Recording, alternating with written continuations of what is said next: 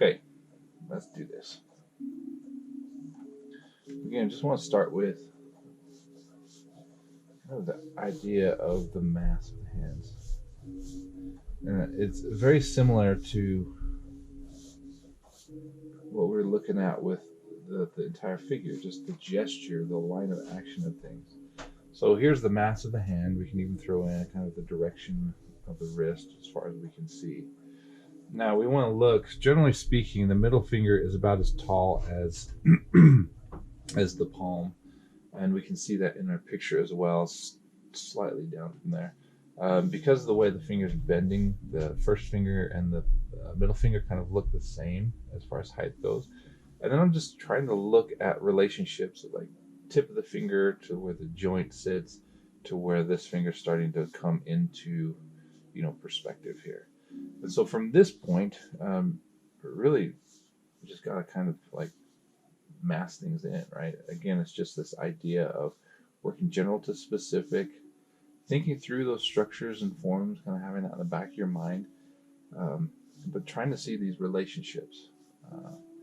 And it's hard working from a photograph. It really is, just because it's hard to see like what the 3D nature of things are.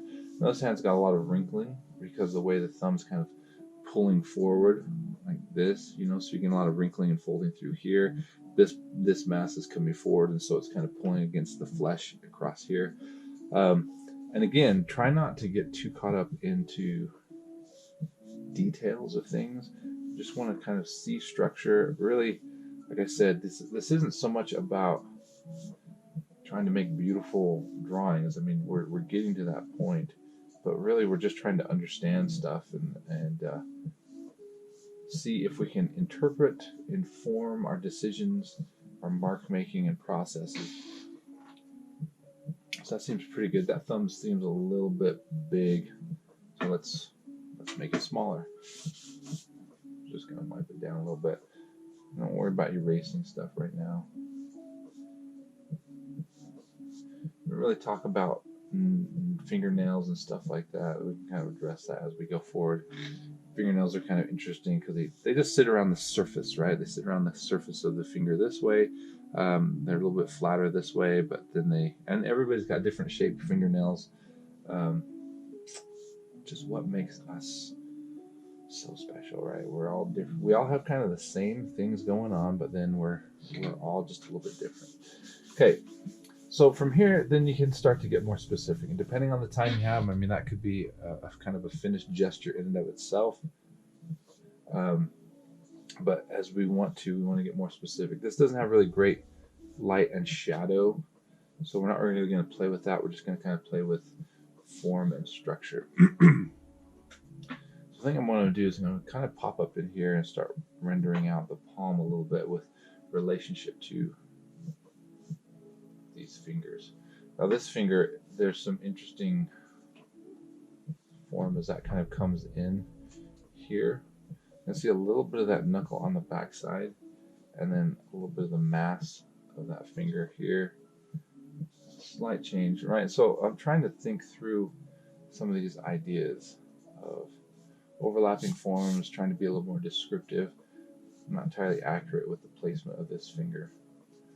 That's all right. It's Friday.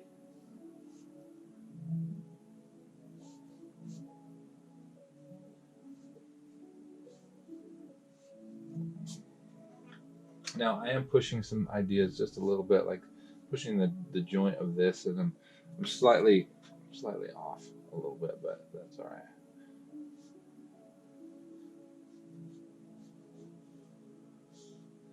And we can come up into this finger here. It's kind of interesting. There's kind of a really cool mass, and then kind of the way the tendons are pulling up here.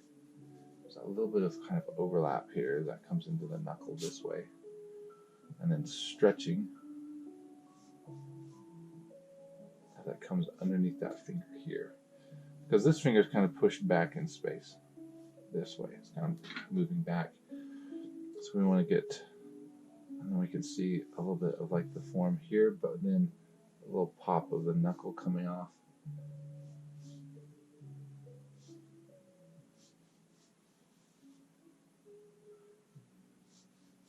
In this type of drawing, sometimes it's nicer to get into like a pointed medium like charcoal pencil or something, but I figure since you guys are using NeoPastel, we'll stick with that.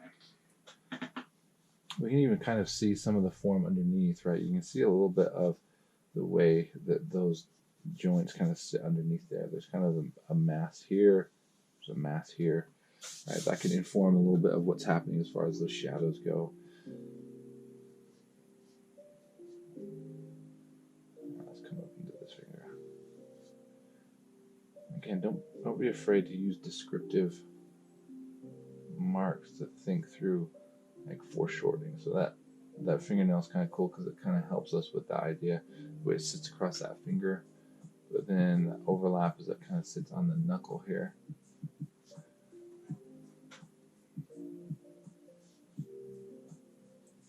You can see a little bit of kind of the mass underneath the finger here. So we have that form, and then this mass underneath, which is kind of the middle part of the knuckle, which comes into that form, and then the way that kind of comes together here.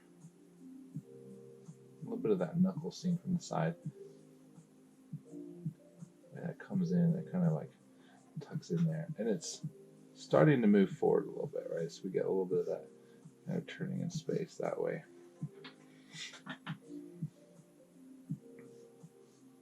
Just could throw in some of these like directional lines, like looking at some of the wrinkles and folding there. This is really kind of cool. It's very foreshortened. Looking at that relationship there, you can see with my placement there is off, but looking now, it needs to come more in that relationship. So don't be afraid to adjust. Right? I think that sometimes we get a little caught up in perfectionism. I know I do. Trying to see if we can make it as perfect as we can, but really this is just about searching processes, right? So this finger also comes out in perspective quite a bit. Oh, let's get that right. And that fingernail is really great to help us to get that finger kind of rolling in space this way, right? There's kind of like a little bit of a highlight that sits kind of on the ball of the finger there. We could do a better job, right? As that tube kind of comes forward, but then it's got kind of that like tubular structure this way, but then it also has that kind of ball on the end, which gives us a little bit more of that, the idea of the fingertip form. Right? We can pull that little highlight out there. And so you can kind of see how that would pop that. So we have like the shaft and then that ball of the finger. Okay, coming down through here, we're just kind of walking down now across the form. It's kind of cool. There's this form that comes as we're looking here. It's hard to see on the photograph, but part of your muscle here actually attaches to muscle, and we've got this kind of like cool little bit of overlapping form kind of come through here. A lot of that wrinkling kind of happening because this form is pulling forward. And we can even just push that back, just throw a little bit of value in there. A lot of that wrinkling and folding this way, right? But really just kind of looking at that major mass, and really that's kind of what we want to see as we're getting that wrinkling and folding across there. As it comes down, it kind of comes in here, so it kind of overlaps here. There's a bone that sits underneath here, and then it comes in, and then you kind of have those tendons which move down and across this way, and then the outside of the wrist here. As we come through, you can kind of see that relationship here between the thumb side form, right? If we were to draw that, it kind of like has this form that wraps around this way, but it also comes across this way, and it kind of jumps in through there. And underneath that, you see a little bit of that indentation where we have those tendons moving down this way, right? Again, I looked at some of those ideas. You can even see, like, it's kind of cool with the way that the little forms sit here. This coming in here like this, and then this kind of comes down. There's a little tiny bit of shadow as that form sits there. And those, even these little bits in here, those little bits of overlap are really important, especially as seen from wrist, from the side, where you can see these little bits of overlap as the thumb comes in, the tendons come underneath. Or on this side where this comes in, it kind of wraps around in there. This form sitting on top of this. Lots of little indicators for form and sometimes you can kind of go crazy. I've got a couple examples here where I'll show you can kind of really get crazy with stuff. But and again, some of this, like I said, you see some of the pull through here of some of those kind of forms as that's pulling forward. You get that, you know, the flesh is attached across here, but then those come across into there, into the thumb. Looking at the base of the thumb, that joint that sits right in here, the mass underneath. So you get that overlap this way, and then the mass which comes underneath. A little bit of like value change right in through here, so that's also telling you some of that. The joint here as well as the finger here, as that comes in here. And really, once you start getting into this, you start to really see that it is about some of the design of these forms, as well as the idea of overlap is so important. There's that thumbnail rather, that goes around. Is the thumb a finger, or is it just a thumb? Question of the ages, right? Here I'm going to show you, right, you can kind of see that overlap. I'm accentuating that just a little bit of that form coming across here, and the way that sits in with the shaft of the thumb as that comes down. All right, so there we have it. We kind of have a good building through of some of those forms. If I were to do, or if this had really good value shadow shapes and things, I would use those shadow shapes to help describe that form a little bit further. But really it's about finding those structures and seeing those overlaps and relationships and things before, and really the value and stuff. Let me pop a little bit of highlight here and there. The value will come afterwards, right? As you're building it, it's the same thing as when we're drawing with our figures. We don't want to get too crazy and complex first with value, and then find out that our structure and measuring and stuff is all wrong. One of the things that you can look at really with hands especially is the relationship of the positive space with the negative space.